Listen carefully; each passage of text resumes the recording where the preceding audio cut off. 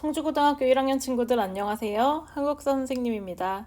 지난 시간에 우리는 강화도 조약 이후에 조선 정부가 이제 본격적으로 개화 정책을 추진하게 되었고, 이 개화 정책에 반발해서 위정척사 운동이나 이모군란이 일어났다는 것을 살펴보았습니다. 이번 영상에서는요, 이 이모군란 이후에 청나라의 내정 간섭이 이제 본격적으로 시작되었다고 했잖아요. 이것에 대한 반발로 일어난 사건을 살펴볼 텐데요. 바로 갑신정변입니다. 학습지 7쪽 보시면 이제 갑신정변의 배경과 전개 과정 그리고 이 영향에 대해서 살펴볼 텐데요.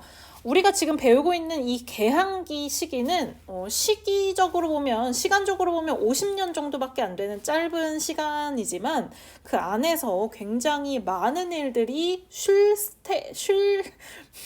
뭐라고 하나 쉴 새 없이 이제 일어나고 있습니다. 그래서 사건도 굉장히 많고 또 그만큼 사건과 사건 간의 연관성이 굉장히 중요해요. 그래서 여러분이 공부를 할 때 이모군란 따로, 갑신정변 따로 이렇게 외우는 것이 아니라 갑신정변으로 인해서 이모군란이 일어났다는 걸 이해하면 당연히 이제 사건의 순서 당연히 이제 자연스럽게 알게 되고요.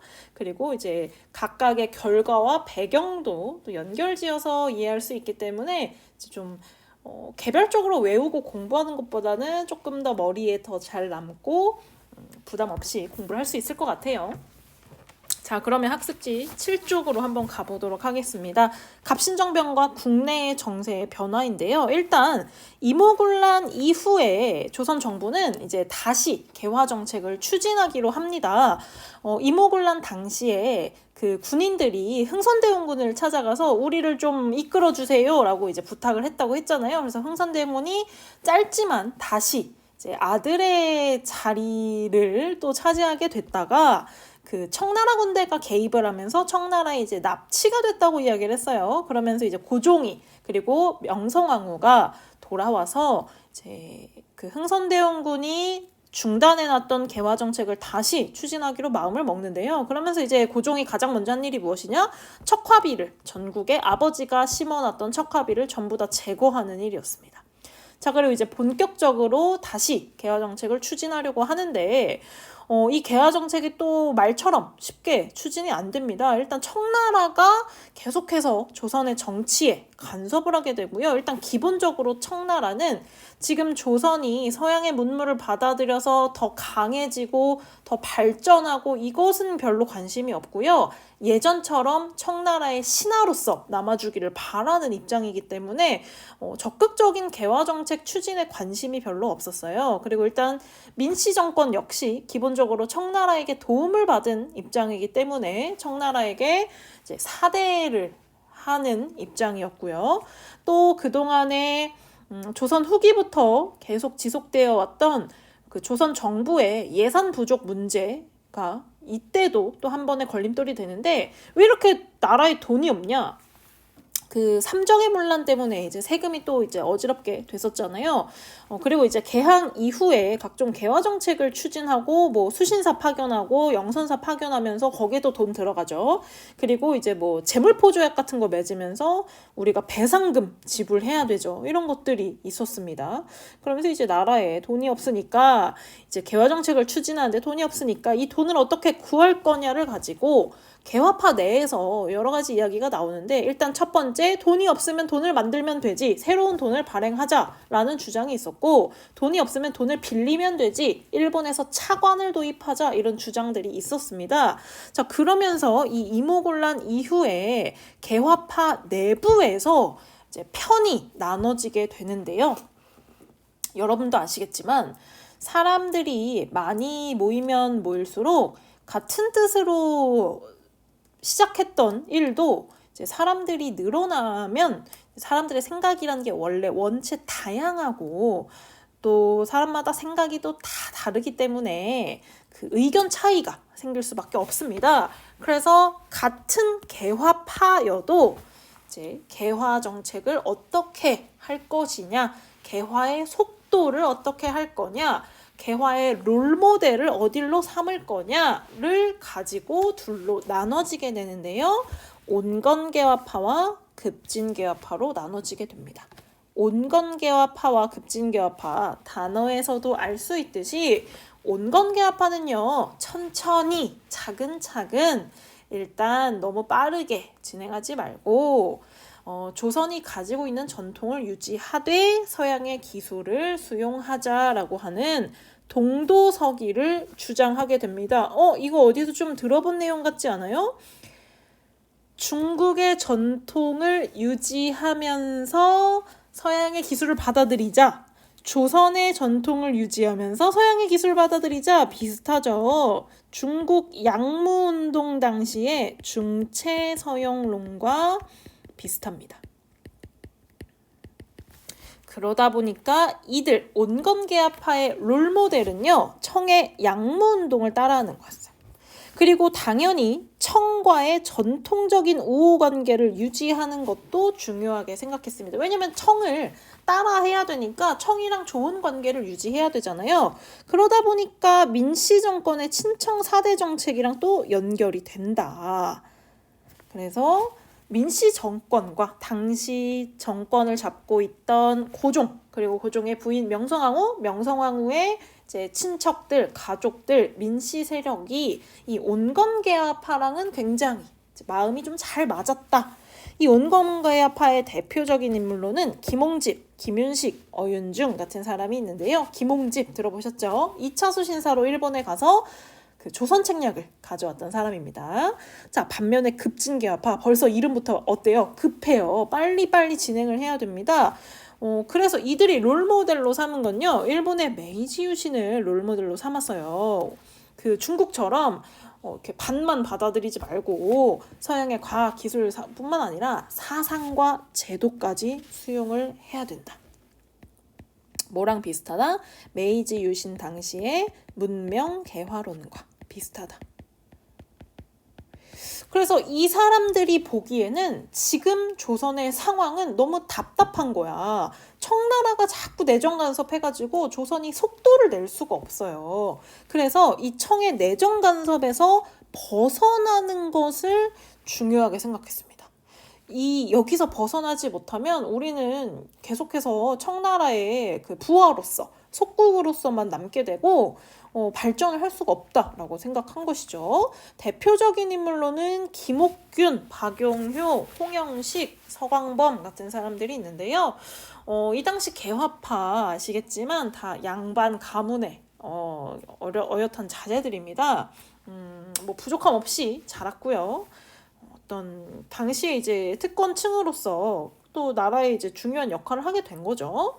자, 그런데 이 급진개화파는요, 아까도 말했지만 온건개화파는 정권의 실세들과 연결해서 민씨 정권이랑 친하게 지냈다고 했잖아요. 그러다 보니까 권력을 더 가까이서 더 많이 가지게 되는데요.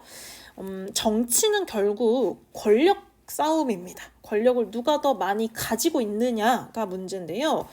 개화파가 이전에는 하나의 집단이었다면 이제는 둘로 나뉘었기 때문에 서로 경쟁 관계가 된 거예요. 누가 더 권력을 가지냐에 따라서 나의 정치 인생이 끝날 수도 있고요. 더 많은 권력을 가지고 나의 꿈을, 나의 목표를 실현할 수도 있는 것이 되는 것이죠. 자, 그런 의미에서 급진개화파의 입장에서 보자면 지금 상황 굉장히 문제가 많습니다. 일단 지금 정권 자체도 청나라에 사대하는 사람들이 차지를 하고 있고, 또 온건개화파가 그들의 옆에 있으면서 권력을 또 차지하고 있단 말이야. 그러다 보면 급진개화파는 그 정치계 내에서 주도권을 상실할 수밖에 없겠죠. 권력을 점점 더 상실할 수밖에 없겠죠. 거기다가 이제 김옥균이 아까 이제 예산이 부족해서 돈을 새로 찍어낼 거냐 아니면 차관을 도입할 거냐 가지고 옥신각신하다가 김옥균이 내가 가서 일본에 가서 돈을 빌려 오겠다라고 했는데 막상 갔더니 거절을 당해요. 그래서 이제 김옥균이 또 이제 체면이 안 서죠. 이제 내가 여기서 딱 돈을 빌려 와가지고 우리 급진개화파 딱 자존심도 세워주고 우리가 이제 주도적으로 빠르게 개화 정책 추진하려고 했는데 그 돈을 못 가져오니까 이제 정권에서 서서히 이제 밀려나게 됩니다. 그래서 이 권력을 다시 우리가 주도권을 가져오기 위해서는 극단적인 방법을 할 수밖에 없겠다. 그게 뭐다? 갑신정변이다. 정변을 일으켜야겠다. 바로 1884년 갑신정변이 일어나게 된 겁니다. 자, 그런데 급진개합파가 이 갑신정변을 일으키려고 해도 문제가 있었어요. 바로 그 당시 조선에 청나라 군대가 들어와 있었습니다. 이들이 정변을 일으키면 당연히 청나라 군대가 나서서 진압을 딱 해버리면 그냥 뭐 의미가 없잖아요. 그래서 이제 기회를 엿보고 있는 와중에 이 청나라 군대가 일부 병력을 조선에 들어와 있던 청나라 군대의 절반이 빠져나가게 됩니다. 어디로 가냐면 베트남으로 가게 되는데요. 그 당시 청나라는 이제 베트남 역시 조선처럼 속국으로 두고 있었는데 프랑스가 베트남을 이제 식민지로 만들려고 막 찾아오면서 베트남을 두고 프랑스랑 경쟁을 하게 됩니다. 그래서 청프 전쟁이 일어나게 되거든요. 그래서 그 청프 전쟁에 군대를 추가로 보내기 위해서 조선에 파병했던 군대를 베트남으로 일부를 이제 빼낸 거죠. 그래서 그걸 딱 알게 된 급진개합파가 이때다. 지금 청나라 군대가 빠져나간 이때 우리가 얼른 나서가지고 저 청나라 애들 없을 때 빨리 저 온건개합파랑 민씨 정권 다 몰아내고 우리가 권력 차지하자. 근데 우리 힘만으로는 안 되니까 누구의 도움을 받기로 하냐면 일본 군대의 지원을 받기로 해요. 당시 일본 공사관에 이제 경비병으로 일본 군이 주둔을 해 있었잖아요. 그래서 이를 이제 몰래 찾아가가지고 우리가 이러한 일을 일으키려고 하는데 만약에 이제 남은 청나라 군대가 우리를 공격하면 너네가 좀 도와줄 수 있겠냐라고 이제 도움을 요청한 거죠. 당시 일본은 청나라의 영향력이 너무 강해지고 있는 상태에서 요때가 일본한테도 좀 좋은 기회가 될 수 있겠다고 생각한 것 같아요. 만약에 이들의 계획이 성공해서 이 급진개합파가 권력을 얻게 되면 그들을 도와준 일본도 영향력을 또 청나라보다 더 크게 가질 수도 있는 거잖아요. 그래서 지원 약속을 하고 날짜를 언제로 잡냐? 우정총국 낙성 축하연 당일을 D-Day로 잡습니다. 우정총국은 지금으로 따지면 이제 우체국의 전신인데요. 우리나라 최초로 이제 근대 우편 제도를 도입하면서 우체국 본사를 세우게 된 거야. 이제 그거를 이제 개국하면서 그 건물이 딱 완성되면서 이제 축하 파티를 여는데 그때 그 파티장에 급진개합파도 오고요. 온건개합파도 오고요. 또 정부의 고위 관료들이 모입니다. 한 자리에. 그때 다 모였을 때 밖에서 민가에서 불이 나게 되는 거죠. 근데 이 불길이 쉽게 사그라들지 않고 이제 점점 커지게 되니까 이 축하 파티였던 사람들도 막 이렇게 혼비백산하면서 이제 나가려고 하는 그때 급진개합파들이 온건개합파와 민씨 정부의 고위 관리들을 제거합니다. 그리고 그 빈자리를 본인들이 차지를 하게 되고요. 고종을 뭐랄까 인질로 사로잡았다고나 할까? 고종을 데리고 이제 경우궁으로 잠시 왔다가 창덕궁에 머무르면서 이제 고종의 고종을 뭐 쉽게 말해서 이제 인질로 잡은 거죠. 왕이 있어야 되니까 어쨌든 당시에는. 그래서 이제 그 다음 날 아침에 개혁정강을 발표하는데요. 이 개혁정강, 급진개합파가 어떠한 개혁 정책을 추진하고자 했는지를 잘 보여주는데요. 주요 내용으로는 청에 대한 사대를 폐지하고 이제 우리도 떳떳하게 자주국으로서 청의 간섭에서 벗어나자는 겁니다. 그리고 지금 서양에는 이미 시민혁명이 일어나서 프랑스 혁명이나 영국의 명예혁명 같은 시민혁명이 일어나서 인민평등권이 보장되고 있다. 신분제가 사라지고 모든 백성들이 평등한 세상이 왔다는데 우리도 그렇게 돼야 된다. 인민평등권을 주장하고요. 그 다음에 지금 정부에 돈이 이렇게 없는 것, 돈 관리가 안 되는 것, 세금 제도에 문제가 있기 때문이다. 조세 제도를 개혁할 것을 주장하는데요. 이 세금 관리를 하는 관청을 호조로 통일하자고 주장합니다. 호조에서만 재정을 관리하자. 이전에는 뭐 이 관청에서 조금, 이 관청에서 조금, 뭐 세금 들어오는 기간이 따로 있고 나가는 기간 따로 있고, 그러니까 제대로 관리가 안 됐거든요. 그래서 한 군데서만 딱 관리하자. 그리고 정치를 할 때 내각 중심으로 내각 제도를 수립하자 같은 것들을 주장했습니다. 자, 하지만 급진개합파가 간과한 것이 있었는데요. 청나라 군대가 너무나 빠르게 돌아옵니다. 그리고 민씨 정권이 청군에게 다시 도움을 요청해서 청군이 개입을 해서 3일 만에 이 갑신정변은 끝나게 되는데요.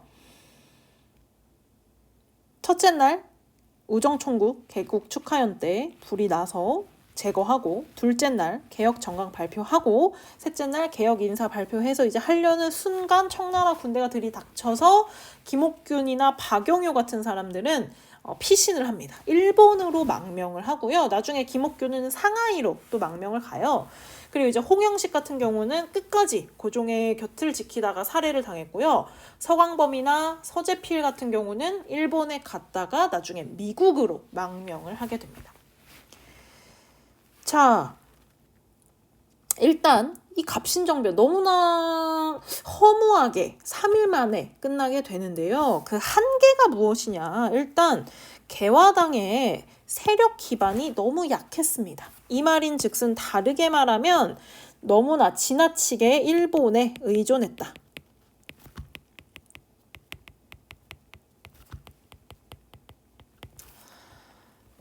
선생님, 근데 아까 일본이 지원하기로 약속했잖아요. 그럼 일본군, 청나라 군대가 왔을 때 일본군 뭐 했나요? 일본군은요, 약속과 달리 제대로 싸우지 않고 바로 후퇴를 합니다. 그러니까 이제 일본군도 청나라가 이렇게 빨리 돌아와서 개입할 줄은 몰랐던 거죠. 그래서 이제 안 될 것 같으니까 그냥 이제 약속을 지키지 않은 것이죠. 급진개합파가 좀 더 자신의 세력 기반을 튼튼히 하고 좀 정말 개혁을 추진할 만한 힘을 갖췄다면, 일본에게 의존하지 않을 수 있었다면 어땠을까, 이런 생각도 들고요. 또 그 당시 백성들은요, 이 개화파의 이러한 개혁 정책에 대해서 굉장히 반발이 심했어요. 왜냐면 일단 민중들이 바랬던 것은, 당시 백성들이 원했던 것은 땅을 골고루 나눠 가지는 것이었는데, 그런 것도 개혁 정책에 반영이 안 돼 있고, 또 그 당시 임오군란이 끝난 지 2년밖에 안 됐는데 일본에 대한 민심이 원래 안 좋았다고 했잖아요. 근데 또 얘네는, 이 급진개합파는 또 일본의 지원을 받아가지고 또 이런 일을 일으키니까 그런 것에 대한 비판도 굉장히 심했고, 백성들이 보기에는 외세를 등에 업고 나라를 뒤흔든 역적 같은 존재가 된 거죠. 그래서 이러한 한계를 나중에 서재필이 미국에 갔다가 돌아와서, 우리가 갑신정변 때는 백성들의 지지를 제대로 끌어내지 못해서 실패했지만 이제는 정말 백성들을 계몽하고 백성들과 함께 개혁을 추진하겠다라고 해서 세운 것이 독립협회가 되는 것입니다. 나중에 이제 이 갑신정변은 결국 실패로 끝났지만, 이런 급진개합파의 이런 개혁 정책들은 또 독립협회로 이어지기도 하는 것이죠. 자, 갑신정변이 끝났을 때 가장 중요한 변화 한번 보겠습니다. 또 청나라에게 도움을 받았죠. 청나라의 내정 간섭이 더욱더 심해집니다. 청나라는, 야, 조선 이거 봐라. 우리가 그거 잠깐 빠졌다고 너네 이런 일 일어나는 거 봐. 너네는 우리의 보호 아래 있어야 돼. 우리가 너네를 잘 돌봐야 돼. 그러니까 앞으로 무슨 일 할 때 우리한테 꼭 허락받아라 라고 간섭을 하게 되는 것이죠. 자, 그리고 이제 두 번째, 일본과 조선은 한성조약을 체결하게 되는 건데요. 이 당시에 이제 백성들이 그 갑신정변에 반발을 해서 일본 공사관을 또 공격을 해요. 거기에 대한 이제 배상금 지불과 공사관 신축 비용을 조선한테 내라고 하는 것이죠. 조선이 처음에는 이걸 거절했지만 일본이 이제 군함을 끌고 와서 요구를 하니까 청나라가 이제 중간에서 개입을 해서 너네 일본이랑 싸우지 말고 그냥 이제 타협해라, 받아들여라 라고 해서 결국 또 배상금을 지불하게 됩니다. 자, 그리고요, 요 조약은요 조선이랑 맺은 게 아니라 청나라랑 일본이랑 맺은 조약인데요, 바로 텐진 조약입니다. 텐진 조약은 현재 조선에 들어와 있는 청나라 군대와 일본 양국 군대를 모두 철수시키자. 왜냐면 큰 충돌이 지금 벌어질 뻔했잖아요. 만약에 이때 일본군이 그 갑신정변 당시에 일본군이 철수하지 않았다면 전쟁이 일어날 수도 있는 상황이었으니까 그런 상황을 피하기 위해서 양국 군대를 철수하고, 만약에 이후에 조선에 파병을 하게 된다면 상대방한테 미리 통보할 것을 약속합니다. 그러니까 만약에 청나라가 조선에 군대를 보내게 되면 보내기 전에 일본한테 야, 우리 군대 조선에 보낸다 라고 먼저 말을 해야 된다는 거죠. 근데 왜 말을 해야 되는 거죠? 그 소식을 들으면 일본도 조선에 군대를 보내야 되니까 서로를 견제하기 위한 그런 장치입니다. 자, 갑신정변은 3일 만에 끝났지만 그들이 주장했던 내용은 굉장히 좀 중요해요. 여기 쓰셨는지 모르겠어요. 청에 대한 사대를 폐지하고 인민평등권, 내각제도를 주장한 것은요, 기존 조선의 체제에서 오늘날 또는 근대의 사회에 한 발짝 더 다가가려는 굉장히 혁신적인 내용이었습니다. 이 급진계합파의 대표 인물이었던 김옥균, 박영효, 이 사람들 다 양반 가문 출신이라고 했잖아요. 근데 양반 가문 출신들이 인민평등권을 주장했다. 자신들의 특권을 내려놓고 평민과 같은 평등한 세상을 주장했다는 것이 그 당시로서는 굉장히 쉽지 않은 주장이었을 텐데 정말 좀 대단한 것 같아요. 자, 갑신정변 이후에 청의 내정 간섭이 더욱더 심해지고요. 그러자 이 청나라를 견제하는 일본의 그 견제도 더 심해집니다. 그러자 고종은 이 청나라랑 일본 사이에 껴가지고 이게 이제 어쩌지도 못하고 자꾸 청나라의 간섭을 받으니까 누구한테 접근을 하냐면 러시아한테 접근을 합니다. 1884년에 러시아와 조약을 체결하게 되는데요. 이것에 깜짝 놀란 나라가 있었으니 바로 영국입니다. 당시 영국은요, 이제 전 세계의 해상권을 지배하고 있는 상황이었어요. 전 세계 바다에 이제 뭐 해적이라든지 뭐 바닷길이라든지 이런 건 다 영국이 꽉 잡고 있는 거야. 자, 그런데 만약에 러시아가 조선이랑 조약을 체결해가지고 조선으로 점점 내려오거나 나중에 정말 무슨 일이 생겨서 조선을 차지하게 된다면 부동항을 가지게 되는데 이 러시아 군대가 바다로 나오게 된다? 그러면 영국 입장에서는 자신들의 해상권을 침해당할 수 있다고 생각하거든요. 그래서 이 러시아를 견제하기 위해서 영국이 자신의 군대를 우리나라의 거문도에 불법으로 점령을 하게 됩니다. 영국 군대가 조선 정부의 허락도 없이 거문도에 들어와서 그 땅에 차지를 하고 있는 거예요. 여기 보시면 거문도가 어디냐? 그 제주도랑 지금 한반도 육지 사이에 있는 섬인데요. 바닷길 한가운데 있기 때문에 어디로든 왔다 갔다 하기가 좋은 이동의 요충지입니다. 자, 지금 보세요. 조선을 둘러싸고 러시아, 조러 수호통상조약 체결했죠. 조러 비밀협약을 체결하기로 했다가 실패했지만 러시아랑 급격하게 가까워지는 모습 볼 수 있고요. 일본이랑은 제물포조약이나 아까 봤던 한성조약 같은 걸 체결해서 계속해서 일본도 영향력을 미치고 있었고, 청나라는 조청상민 수륙 무역 장정으로 조선이 자신의 속국이라는 것을 확인하려고 했었죠. 거기다 지금 영국은 불법으로 군대를 끌어들여가지고 이제 러시아를 견제하겠다고 조선 앞바다에 들어와 있는 거예요. 자칫 잘못하면 전쟁까지 벌어질 수 있는 상황입니다. 청나라는요, 처음엔 개입을 하지 않았어요. 왜냐면 그래, 영국이 와가지고 차라리 러시아를 견제하는 것도 나쁘지 않겠다라고 하다가 이제 조선 정부가 계속해서 항의를 하고, 자칫 잘못하다가는 전쟁이 일어날 수도 있겠다라고 해서 이제 청나라가 또 개입을 해서 중재를 해서 영국이 러시아한테 약속을 받습니다. 조선 영토를 침범하지 않겠다. 러시아는 조선 땅에 진출하지 않겠다라는 약속을 받고 3년 만에 철수를 하게 되는 것이죠.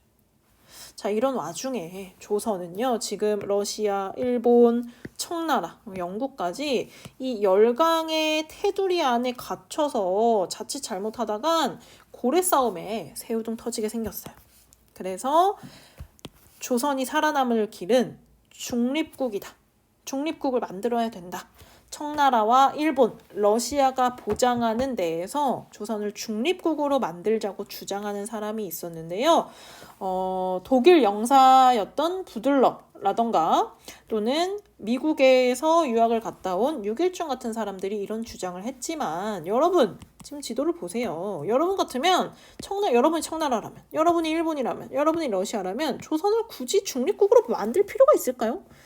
조선이란 위치도 굉장히 마음에 들고 이제 약간 완충지 역할도 할 수 있고 또 자신의 이익을 또 가져갈 수 있는 땅인데 중립국으로 만들려고 하지 않겠죠. 그래서 실질적으로는 이런 주장이 받아들여지지는 않습니다. 조선은요, 정말 이 강대국들 사이에서 어떻게 될지 정말 이제 바람 앞에 촛불이 된 것과도 같습니다. 결국 이 상황에서 조선을 둘러싸고 전쟁이 계속해서 벌어지게 되는데요. 어떤 전쟁이 벌어졌는지 다음 영상에서, 다음 시간에 살펴보도록 하겠습니다. 자, 여러분 고생하셨습니다.